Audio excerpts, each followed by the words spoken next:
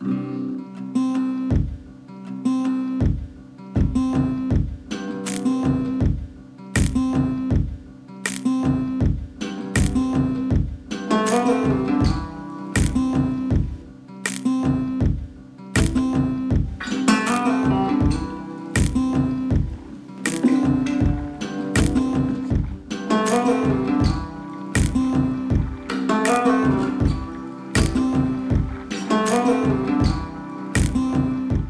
the first thing I'm going to do here is I'm going to talk to my broker about the advertisement I'm going to put on the Cottage Grove Hockey Arena.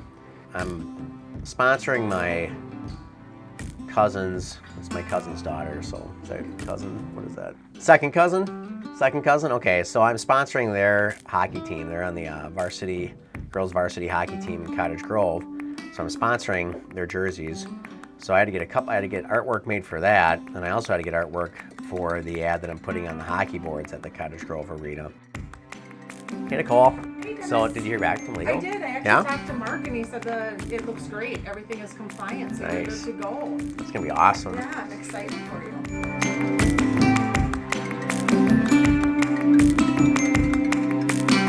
We have all kinds of cool stuff to do here still. I mean, we've barely scratched the surface of all the cool stuff and exciting things that I do here on a daily basis. Sorry for all the questions via text. Should I include any of these documents? All right, I got to answer these guys right away. They're trying to get, we got to get these association documents over to the buyer. I never go by memory, even though I've done this 100 times. I'm like a pilot. So I have a checklist of all the documents that are required for any common interest community. According to Minnesota Statute 515B, all these documents have to be supplied to the buyer of any property in a common interest community. So we gotta get all these association documents over to them.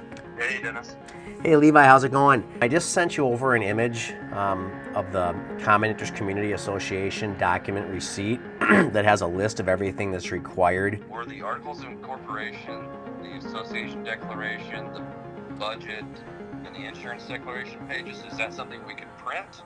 Sure, I can do that. So we had multiple offers on this property last night. The one we chose is an excellent offer. It's got a very quick closing date, so we're gonna need to get these documents over to this buyer right away. Buyers have a 10-day period to review the association documents. If they're not okay with something in those association documents, the buyers can cancel for anything in there. It's called a statutory rescission contingency. We want to get that off of the contract as quickly as possible. We want to get the contract to a point where there aren't any more contingencies and it's binding.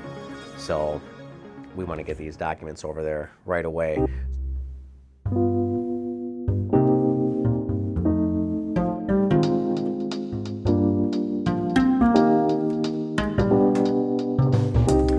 right, time to do a market update.